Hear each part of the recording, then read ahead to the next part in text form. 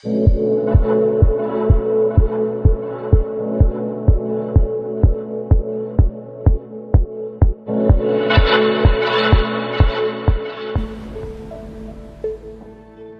go fishing when we get there, Dad? You and me, we are gone fishing, sweetheart. Taylor! Taylor!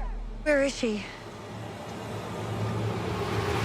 So this movie, this was so good. I'm so impressed with you. I have to say, it was so twisted, and I didn't know how much I loved it until the very end. So I need to know, did you do that on purpose?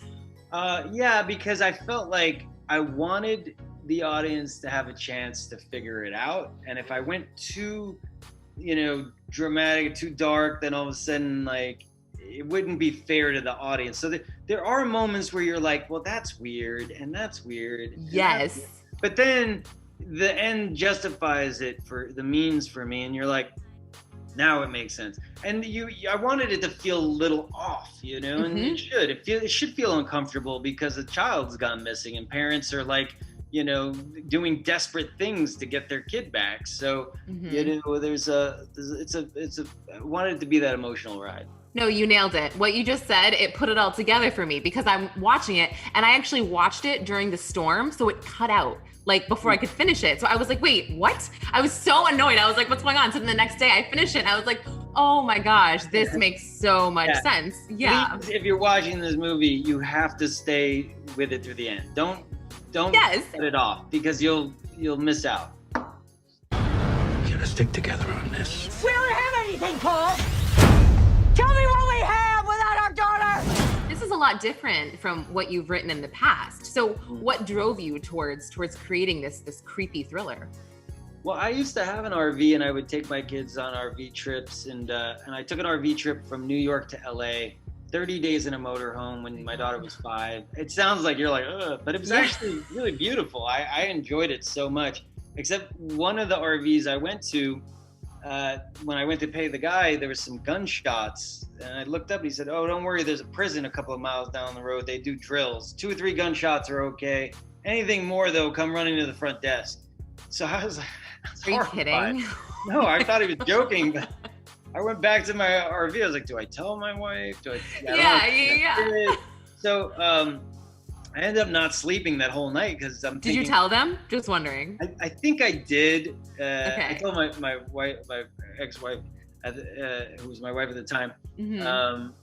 But I didn't sleep all night because you're worried that, like, what if there's a convict on the loose? And then I started thinking, well, what if my daughter goes missing? Like, that would be like looking for a needle in a haystack out here in the middle of these woods. Yeah. And then they would feel so desperate for help, and who would help me? And so all of those, questions kind of started planting seeds for this film. And then for me, it became more about the couple because I wanted to explore what a tragedy like that would do to a couple. Because I read so many times that, like, if there's a tragedy like that, a lot of times the marriage crumbles because they end up blaming each other, So I thought, well, how could they keep their relationship together? And what if they teamed up to find their kid? And even if they were fighting, there's an energy exchange there. So if they're fighting, it's okay. I always say, if people are fighting in relationships, it's okay. You can get past that.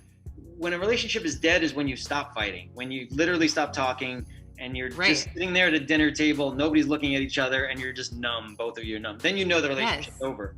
And so I kind of took the character of the sheriff played by Jason Patric and his wife, and Jason Patric's character in the film has a son that died of an overdose years prior. So he has an investment to find this kid because he wants to redeem himself, but also he carries that weight of that his own child being having died. Yeah. And his marriage has crumbled. So he becomes like the ghost of Christmas future for what Tom and Ann would be if they didn't team up together to find the kid.